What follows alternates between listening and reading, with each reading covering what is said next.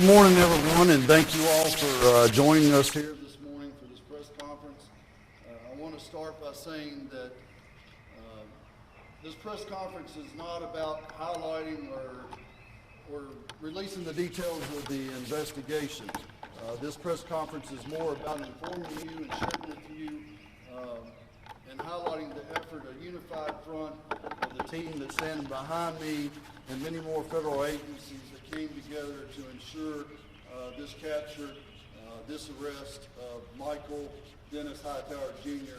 and bringing him back here to little old Botetourt County. You know, this individual thought he could go to Mexico and avoid arrest, but I can assure you right now today, he's right here to the left of me, locked up, awaiting trial to stand justice for these charges. This individual is charged with 4 counts of aggravated sexual battery, and he fled to Mexico back shortly after October of 2023. But before we get started, I want to introduce to you some of those partners that made this apprehension possible. And standing to my right, your left, is Western District of Virginia U.S. Marshal Thomas Foster. Standing directly behind me is the Western District of Virginia Supervisory Deputy U.S. Marshal Frank Sherman. And then, of course, my team here, and the lead detective on this case is Detective Bolton, and the rest of my staff and those that went to Texas yesterday and took this individual into custody. With that being said, I do want to highlight the extraordinary work that our team did. What this individual did, going beyond the borders of the United States, certainly poses certain challenges for us. However, they were able to apprehend this individual to bring him back here to Botetourt. This investigation is just another example of why I joined the U.S. Marshals Capital Area Regional Fugitive Task Force. The extraordinary job, the assets that they provide, when they turn their focus over to working on missing children and exploited children, this was a beneficial move for us, and this right here proves why we decided to join this team, and has been an invaluable asset for the safety of this community. Now we'll do the overview of the case. On September the 7th, 2023, my office was notified of a sexual battery of a minor.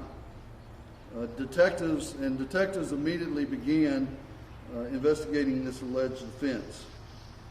Detective Bolton did an extremely incredible job. You know, this is not something that you take lightly, that people want to sit and read. But I commend her for her courageousness and her tenacity in pursuing this case and delving into the facts and gathering those facts and the evidence necessary to prosecute this individual. And on October the 2nd of 2023, detectives presented these facts to the grand jury, and as a result, the grand jury issued indictments for 4 counts of aggravated sexual battery. In what we believe was an attempt, of course, people don't just up and leave and go to Mexico. Mr. Hightower fled to Nuevo Laredo, Mexico. Our team was undeterred by this flight, and an extensive investigation and manhunt was launched in a collaborative effort, including the Capital Area Regional Fugitive Task Force and other federal partners. There was a lot of people involved in this apprehension. On March 27, 2024, Mr. Hightower was located and taken into custody by Mexican authorities and immediately transferred to U.S. custody. This is Michael Dennis Hightower Jr., 40, of Troutville, Virginia. This individual thought that he could flee away to Mexico and avoid arrest. But know this is little old Botetourt, and if you commit these crimes in Botetourt County, we're going to put resources and come after you and ensure you stand trial for justice for these types of crimes. This arrest right here exemplifies the commitment of our office and the federal partnerships that we have with the task force to ensure that these individuals are brought to justice regardless of where they attempt to hide.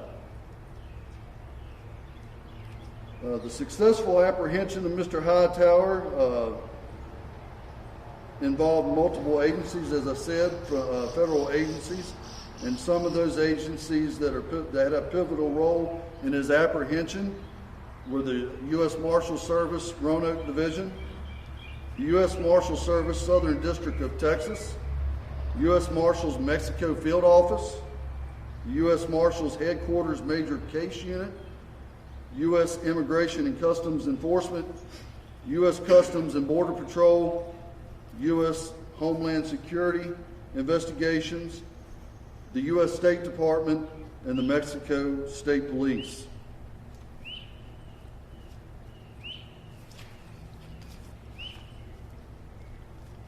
We have an exceptional group of men and women that get up every day here in Botetourt County to ensure one thing, and that's to ensure a safer Botetourt. And I couldn't be more proud of the effort and the work that they did to make this apprehension and keeping this community safe. I forgot to preface at the beginning of the conference that we weren't going to take any questions. We were going to highlight the arrest. Of course, this is an ongoing investigation. I probably should have said that. And the facts of the investigation can change. It's an ongoing investigation, and as the detectives review and analyze that evidence, certain factors can change, certain circumstances can change. And if so, and if we do collect more evidence, there may be charges. There may not be additional charges. So with that, I'm going to turn this press conference over to our partner, U.S. Marshal Foster, and Supervisory Deputy U.S. Marshal Shermer, and they can discuss more on the apprehension and arrest. Thank you, Sheriff.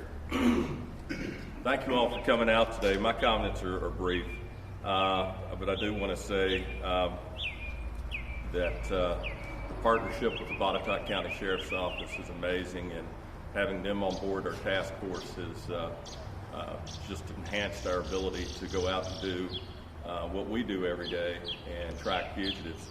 And just to give you an idea of the Western District of Virginia, which is headquartered out of Roanoke, we serve around 2,700 warrants a year. The Marshals Service as a whole captures over 100,000 fugitives a year. And on average, we arrest 303 fugitives in the United States on any given day. But what brings us here today is an example of the power of partnerships and the culmination of 7 months of investigation by the Botetourt County Sheriff's Department, the United States Marshals Service, and other federal and international partners.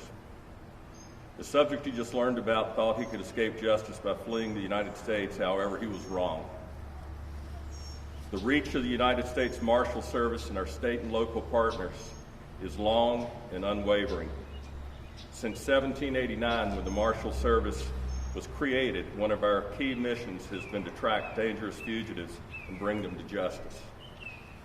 The suspect's presence in the Botetourt County Sheriff's Jail illustrates that that's still true today. Again, I want to thank Sheriff Ward and his amazing department for becoming a part of our task force, and the contributions that they make every day to our task force are invaluable.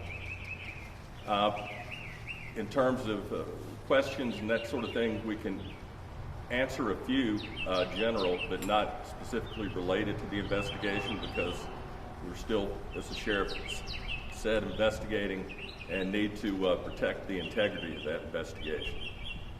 However, if you have questions about the sheriff's office and or questions about the Marshal Service and how the task force operates, please feel free to ask, and Chief Supervisory Deputy Shermer will be glad to handle those questions. But thank you.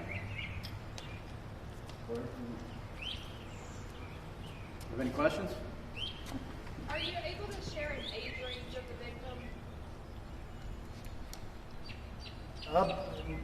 We have, of course, we have that information. I believe it'd be best to ensure that we don't make an identity or encourage any more of an identity. I think we'll leave the details of that. A minor. Do you know if Mr. Hightower had any connections to Mexico other than just trying to flee? Yeah, he did have connections in Mexico, and that's what typically made this investigation a little bit more difficult. Most fugitives in this that commit a crime, they don't necessarily have a plan in place, or they're acting out of desperation. But what made this complex, that required all the extra support, that made this a very high prolific arrest, in our opinion, was the fact that he was receiving material support. Thank you.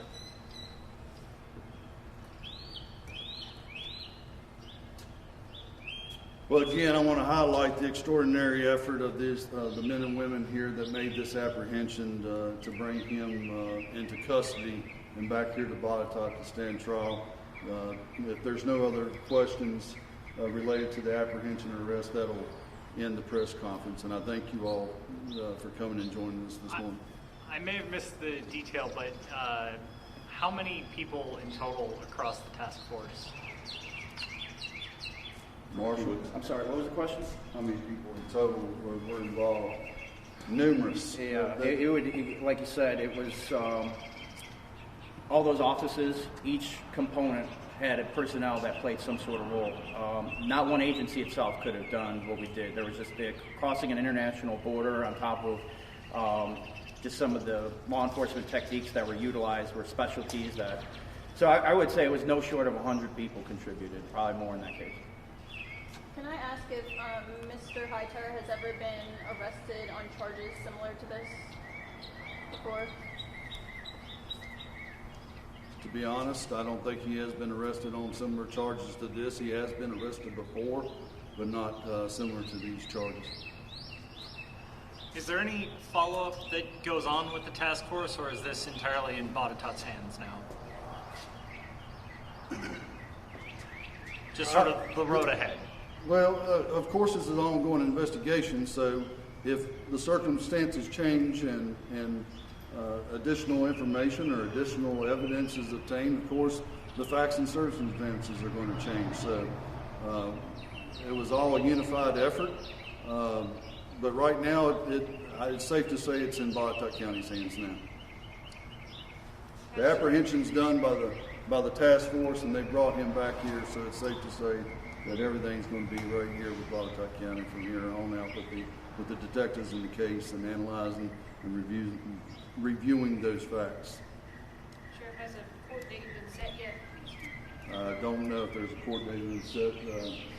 He'll still have to come in for an arraignment, and they'll set all that through the court.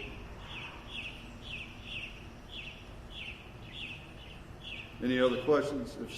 If not, that'll conclude our conference. Thank you all for joining us this morning.